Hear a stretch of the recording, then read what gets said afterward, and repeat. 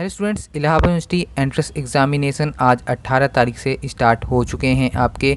अब लगातार आपके एंट्रेंस एग्जामिनेशन चलेंगे, उसके बाद रिजल्ट बाद में आएगा। इससे पहले मैं आपको बता दूं, जिन स्टूडेंट का 20 और 21 को एग्ज़ाम है, जैसे बीए, बीएससी, बीकॉम, यूजीएटी के अंदर जितने कोर्सेज आते हैं, उनके जिनके एग्ज़ाम है 20 और 21 को, उनके लिए बहुत ही इंपॉर्टेंट अपडेट लाए हैं।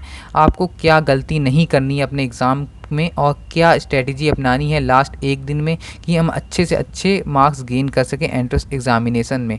ठीक है, तो वीडियो से बिल्कुल एंड तक जुड़ रहिएगा, वीडियो को बिल्कुल स्किप मत करिएगा, जिससे पूरी वीडियो आपको समझ आए और आपके सभी डाउट क्लियर हो जाए और आप एंट्रेंस एग्जामिनेशन में अच्छे से अच्छे मार्क्स गेन कर सके। तो सभी कोर्सेज़ की बात करेंगे, BA, BSc, BCom, BA, LLB, BSc, home science. ठीक है, लगभग सभी कोर्सेज़ की हम बात करने वाले हैं। आपको बता दें, नेगेटिव मार्किंग आपकी नहीं है आपके एंट्रेंस एग्जामिनेशन में। अभी भी काफ़ी स्टूडेंट इस कन्फ्यूज़न में हैं, कमेंट में बोल रहे हैं कि सर नेगेटिव मार्किंग है कि नहीं है। तो आपको बता दें, बिल्कुल भी नेगेटिव मार्किंग आपकी नहीं है। आपको सभी क्वेश्चन अटैम्प्ट करने हैं यूजीएटी कोर्सेज के अंदर। सभी, एक क्वेश्चन को भी आपको छोड़ के नहीं आना, नहीं आता है तब भी आप लगाइए, तो कहीं ना कहीं आपको तुक्का भी लग सकता है। ठीक है, तो कोई भी क्वेश्चन आपको छोड़ के नहीं आने हैं, सभी क्वेश्चन आपको एंट्रेंस एग्जामिनेशन में अटैम्प्ट करने हैं। ठीक है, इसके बाद हम बात कर लेते हैं आपको एग्ज़ाम स्ट्रेटेजी की। ठीक है, आपको बता दें, एग्ज़ाम स्ट्रेटजी में आपके, अब जैसे बीएससी का हो गया और बीए का हो गया और आपका बीएलएलबी हो गया और आपका बीकॉम हो गया, इसमें जो जनरल अवेयरनेस के क्वेश्चन हैं, आप एक बार लाइन से जहाँ भी आपने नोट्स बनाए हैं, जो भी बुक ली है,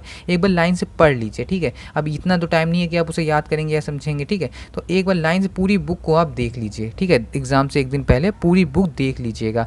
देखने के बाद वो जो क्वेश्चन रहेगा आपके माइंड में चलता रहेगा कि जब 4 ऑप्शन आपको दिए रहेंगे तो आपको समझ आ जाएगा, हाँ यही क्वेश्चन है और यही हमने बुक में पढ़ा था और यही हमें टिक लगाना है। ठीक है, तो वो क्वेश्चन आपके माइंड में एकदम बैठ जाता है कि हमने ये क्वेश्चन देखा है, इसका आंसर यही होने वाला है। क्योंकि जो हम एक दिन पहले पढ़ते हैं तो वो दिमाग में वही चलता रहता है हमारे, तो एक दिन पहले जो आप पढ़े रहेंगे तो वही दिमाग में चलेगा और आप उसी क्वेश्चन को सीधा आंसर दे देंगे। ठीक है, तो करंट अफेयर भी ज़्यादा नहीं पढ़ना है, 2-3 महीने का करंट अफेयर पढ़ लीजिए जनवरी से, और ज़्यादा 2 से 3 क्वेश्चन करंट अफेयर से आपके पूछे जाएंगे, ज़्यादा करंट अफेयर से क्वेश्चन नहीं पूछे जाते। जनरल अवेयरनेस में जैसे आपसे पूछ लीजिएगा इसरो का फुल फॉर्म क्या है, WWW का फुल फॉर्म क्या है, भारत की प्रथम राष्ट्रपति कौन थे, राज्यपाल कौन थी, उत्तर प्रदेश की प्रथम महिला मुख्यमंत्री कौन थी, ऐसे बहुत से क्वेश्चंस आपसे जनरल अवेयरनेस से पूछ सकता है। और रीजनिंग के क्वेश्चंस आपके थोड़े टाइम ज़्यादा ले लेते हैं, तो रीजनिंग क्वेश्चन अगर आपको नहीं आता है तो उसको छोड़ दीजिएगा। ये बीए और बीएलएलबी के स्टूडेंट्स के लिए अगर नहीं आता है तो आप छोड़ के आगे बढ़ जाइएगा, बाद में जो टाइम बचेगा उसमें उसको सॉल्व कर दीजिएगा। ठीक है, अगर आपको आता होगा तो ठीक। और बीएससी वाले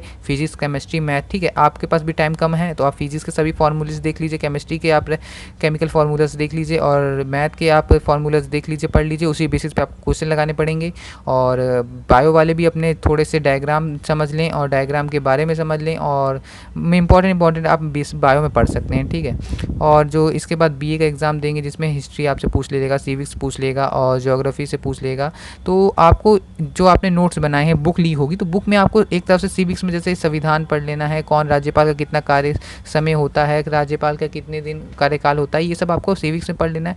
लगभग आपको पूरी बुक एक बार देख लेनी है लाइन से, कि जिससे आपके माइंड में वो क्वेश्चन घूमता रहेगा और जैसे क्वेश्चन आएगा आप उसे सीधा टिक कर देंगे। ठीक है, उसके बाद लगभग ऐसे ही क्वेश्चन। और आपसे हिंदी इंग्लिश में, हिंदी का आप देखिए, जो आपके होते हैं बीएससी वाले और बीकॉम वाले, ठीक है, आपसे इसमें सामान्य हिंदी पूछी जाती है। ठीक है, बीकॉम और बीएससी वालों से। ठीक है, और जो बीए वाले होते हैं और उनसे साहित्यिक हिंदी थोड़ा पूछी जाती है। जैसे सामान्य हिंदी की बात करें तो आपसे ऐसे क्वेश्चन पूछ लिए जाएंगे, आपसे स्वर्ण, शुद्ध, अशुद्ध, ऐसे और संधि पूछ ली जाएगी, समास पूछ लिया जाएगा, ऐसे क्वेश्चन आपसे बीएससी और बीकॉम वालों से पूछ लिए जाएंगे। और जैसे आपके बीए वाले स्टूडेंट्स हो गए, बीएलएलबी के स्टूडेंट्स हो गए, हिंदी में आपसे ऐसे पूछ लेगा भक्ति काल के बारे में, छायावाद के बारे में, ऐसे क्वेश्चंस आपसे पूछ लिए जाएंगे आपके इन सब चीज़ों में। ठीक है, अगर आप सामान्य बीए का एंट्रेंस एग्जामिनेशन दे रहे हैं तो आपसे साहित्यिक हिंदी पूछेगा, और जो बीएससी बीकॉम के हैं वो सामान्य। और बीकॉम वाले स्टूडेंट्स आप अकाउंट्स पढ़ लीजिएगा। देखिए, ठीक है, अकाउंट्स में जो अपने 12th के बेसिस के क्वेश्चन आते हैं, चाहे बीएससी हो, चाहे बीकॉम हो, चाहे बीए हो, चाहे बीएलएलबी हो,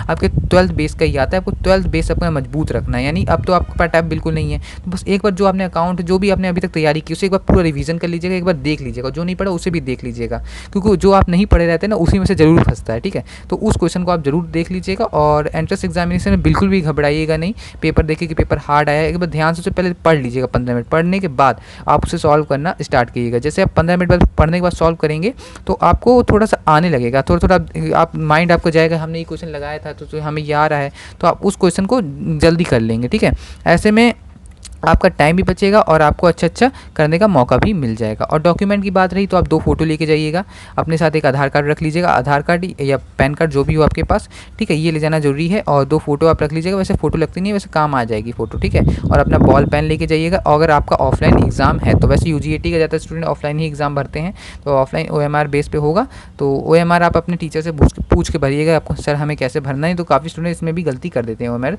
भरने में, ठीक है।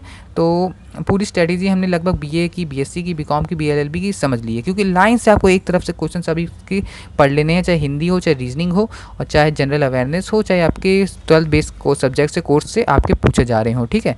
तो एक लाइन से एक बार उसे आप पढ़ लेना है कि एग्ज़ाम में आपके माइंड में उसे घूमता रहे सब्जेक्ट, और उसे आप आसानी से एग्ज़ाम में करके चले आएँ, ठीक है। तो हमारी शुभकामना यही है कि आप अच्छे से एग्जामिनेशन करें, और कैसा आपका एग्जामिनेशन गया है हमें ज़रूर बताएं, और आपका सेंटर कहाँ गया है वो भी हमें बताएं। अगर हम ग्राउंड रिपोर्टिंग करते हैं तो आपको वहाँ पर मिल सकें, ठीक है। तो अपना सेंटर कमेंट बॉक्स में बताएं, और पेपर बिल्कुल अच्छे से करके आएँ, और हमें ज़रूर बताइएगा पेपर करने के बाद कैसा आपका पेपर गया। हम उस दिन भी वीडियो बनाएंगे, उसमें भी आप बता सकते हैं, नहीं तो किसी भी वीडियो के कमेंट बता सकते हैं कि हमारा पेपर कैसा गया है आप सभी का, ठीक है। आज का जैसा पेपर गया वो स्टूडेंट वो अपना रिएक्शन आप भी बताइएगा, आपका कैसा पेपर गया है। आज जिनका पेपर था बीएड का, एमएससी का, जिनका भी कैसा पेपर था वो हमें ज़रूर कमेंट बताइएगा आपका पेपर कैसे गया है, ठीक है। तब तक के लिए सबको शुभकामनाएं, धन्यवाद।